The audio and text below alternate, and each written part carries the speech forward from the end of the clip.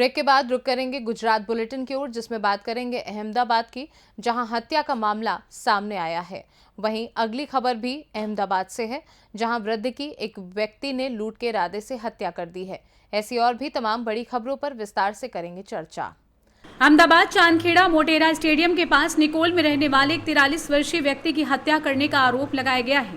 आपसी रंजिश के चलते एक ही कौम के दो गुटों में झड़प हो गई। इस झड़प के दौरान 43 वर्षीय सरदारजी बंजारा पर 3 से 4 लोगों ने लाठियों और तलवारों से हमला कर दिया। उनके सिर पर लाठियां लगी और उन्हें इलाज के लिए अस्पताल ले जाया गया, जहां कुछ देर इलाज के दौरान उनकी मौत हो गई थी। अहमदाबाद क्राइम ब्रांच ने शामिल 9 आरोपियों को गिरफ्तार कर लिया है और आगे की जांच शुरू कर दी है। हमले में 3 अन्य लोग भी घायल हो गए हैं। चांदखेड़ा पुलिस की पूरी घटना की जानकारी दी गई और पुलिस ने हत्या का मामला दर्ज कर लिया है। शुरुआती जांच में पता चला है कि सभी आरोपी सरदार नगर इलाके के रहने वाले हैं। मृतक सरदार जी के बेटे का 8 तारीख को राड़िप में कुछ लोगों से विवाद हो गया था।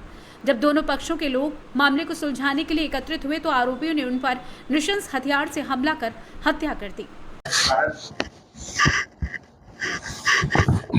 આજથી 2 મહિના અગાઉ એક વિડીયો વાયરલ થયો હતો, જેમાં વણજારા સમાજને લઈને એ વિડીયોમાં કોમેન્ટ કરવામાં આવેલી હતી અને એ અનુસંધાને વણજારા સમાજના જ 2 જૂથ વચ્ચે અંદરો અંદર વોટ્સઅપ ઉપર ઉગ્ર આપલે થયેલી ચેટની અને એ અનુસંધાને ઝઘડો પણ થયો હતો।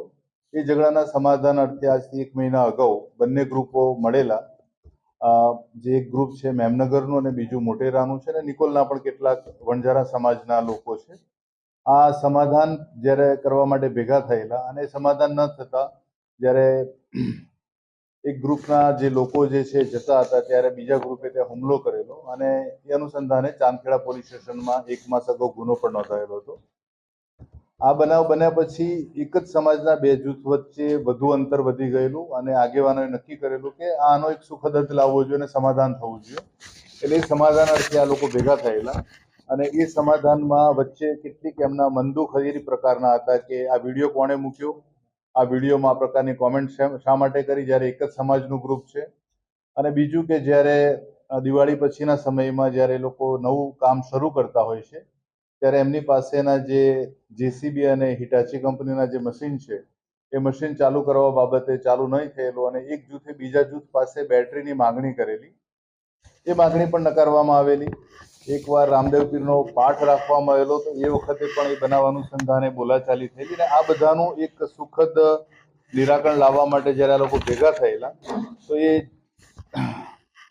આ કોમેન્ટ આધારે ફરીથી ઉગ્ર બોલાચાલી થઈ અને ચાંદખેડાનું જે વણઝારાવાસનું જૂથ હતું એમાં ગઈકાલ 13/11/2024ના રોજ મેમનગરથી અને નિકોલથી આવેલા એ જ સમાજના લોકો સાથે મારામારી થયેલી અને આ મારામારીમાં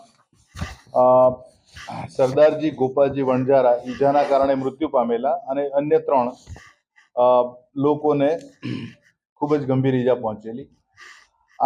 આમાં લગભગ એક જ સમાજના એટલે કે જે મેમનગર અને નિકોલ બાજુના જે વણજારા સમાજના લોકો છે એમના વિરુદ્ધ ગુનો નોંધવામાં આવેલો। આ બનાવ જે રીતે બનેલો છે એકવાર અગાઉ પણ બન્યો હતો અને બીજી વાર બન્યો, જેમાં ગંભીર પરિણામ આવવાના કારણે ક્રાઇમ બ્રાન્ચની ટીમ દ્વારા આ ગુનાના કામે જે લોકો સ્થળ ઉપરથી જ ભાગી ગયેલા અને પોલીસની પકડથી દૂર હતા એવા 8 આરોપીઓને આ ગુનાના કામે પકડેલા છે। આ આરોપીઓના સંબંધિત બનાવ જે સંબંધે બન્યો એ વખતના સીસીટીવી ફૂટેજ, જે તે વખતે નજરે જોનાર સાક્ષીઓ અને એ જે ઝઘડો જે પ્રકારે બનેલો હતો એ સીસીટીવીમાં કેદ થયેલો હોવાના કારણે વેરિફિકેશન બાદ આ 8 આરોપીઓને આજરોજ ક્રાઇમ બ્રાન્ચ દ્વારા અટક કરવામાં આવેલા છે અને આગળની વધુ તપાસ અર્થે ચાંદખેડા પોલીસને સોંપવામાં આવનાર છે।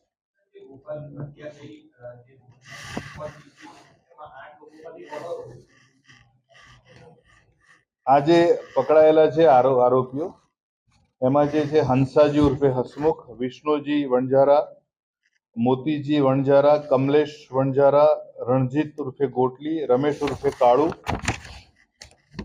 અને પવન વણઝારા અને અરવિંદ મેરાજી વણઝારા। એમાં આ જે સરદારજી ગોપાજી વણઝારાને મારવામાં મુખ્યત્વે હંસાજી, વિષ્ણુ અને મોતીજીનો રોલ ભૂમિકા છે।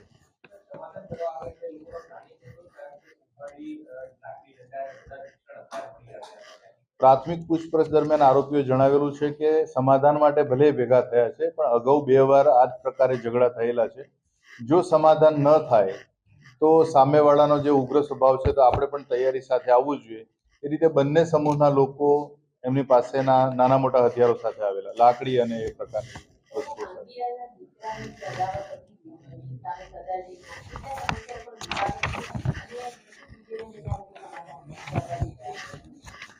આ જે એક જ સમાજમાં જે પ્રકારે વિડીયો જે અને વિડીયોના આધારે જે કોમેન્ટ થયેલી, એટલે એ સમાજના 3 જૂથો વચ્ચે અંદરો અંદર વોટ્સએપના માધ્યમથી જ ઉગ્ર બોલાચાલી ચાલતી હતી અને એ 2 માસ અગાઉનો બનાવ છે.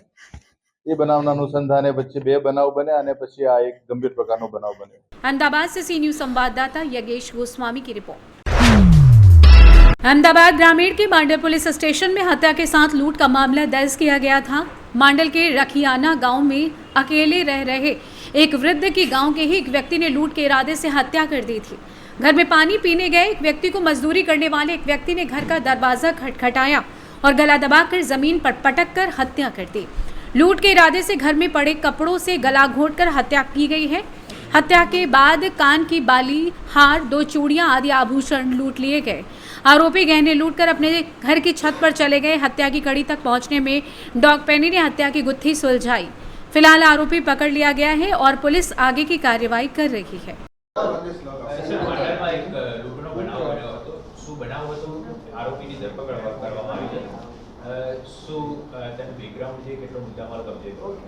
માંડલ પોલીસ સ્ટેશન ખાતે એક લૂંટ વિથ મર્ડરનો ગુનો દાખલ કરવામાં આવેલો છે, જેની વિગતો ચકાસતા હકીકત એવી છે કે 12 તારીખે બપોરે 1:30 વાગે માંડલ પોલીસ સ્ટેશનની હદના રખિયાણા ગામ ખાતે એક બેન રહેતા હતા, જે ખાસા ઉંમરલાયક છે, 75ની આસપાસ ઉંમર છે.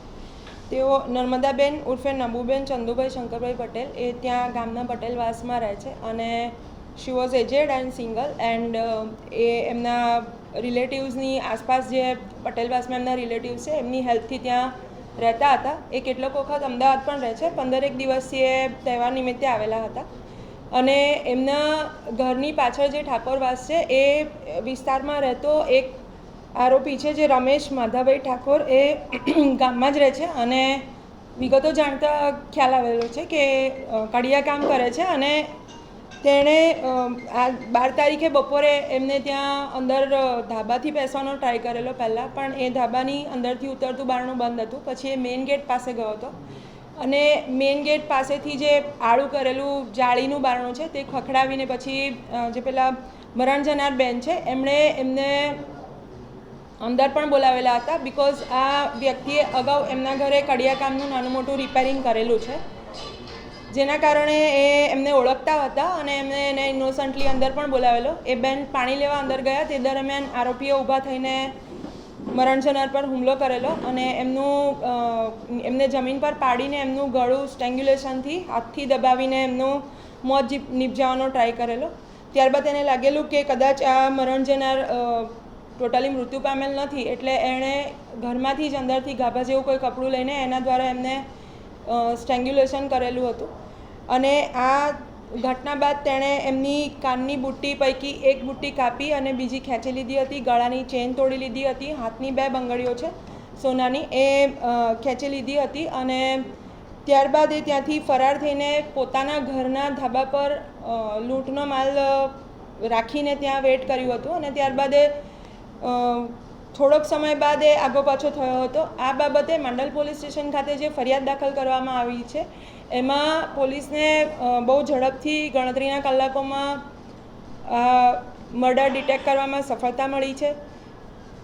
માનનીય આઈજી સરના ગાઈડન્સ હેઠળ જિલ્લા પોલીસે બહુ સરસ રીતે મર્ડર ડિટેક્ટ કર્યું છે, જેમાં ડોગ સ્કોડનો પણ હાથ છે, જે ડોગ પેની છે એણે મર્ડરની આસપાસની અને લાશની જગ્યાને સૂંઘીને ત્યારબાદ ખાસો એવો રસ્તો પણ ટેસ્ટ કર્યો હતો અને જે એ વિસ્તારનો જે अहमदाबाद से सी न्यूज संवाददाता यगेश गोस्वामी की रिपोर्ट।